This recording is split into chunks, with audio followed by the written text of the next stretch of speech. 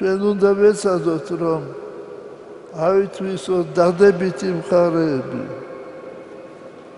ჩვენ უნდა ვეცადოთ, რომ ის დადებითი მხარეები ეს იქნება განათლებაში, თუ ეს იქნება ყოფა ცხოვრებაში. ჩვენ უნდა შევიძინოთ ეს და გამოვიყენოთ ჩვენ ცხოვრებაში. აი მაგალითად ჩემთან იყვნენ მასწავლებლები ჩამოსული ამერიკის შეერთებული შტატებიდან და იქ მათ მიამბეს მე საოცარი შემთხვევები.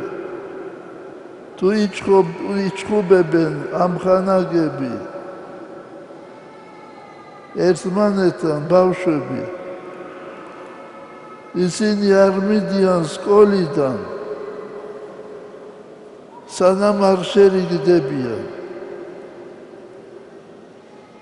და უყურებენ მზეს. მზე არ უნდა ჩავიდეს, სანამ არ შერიგდებიან.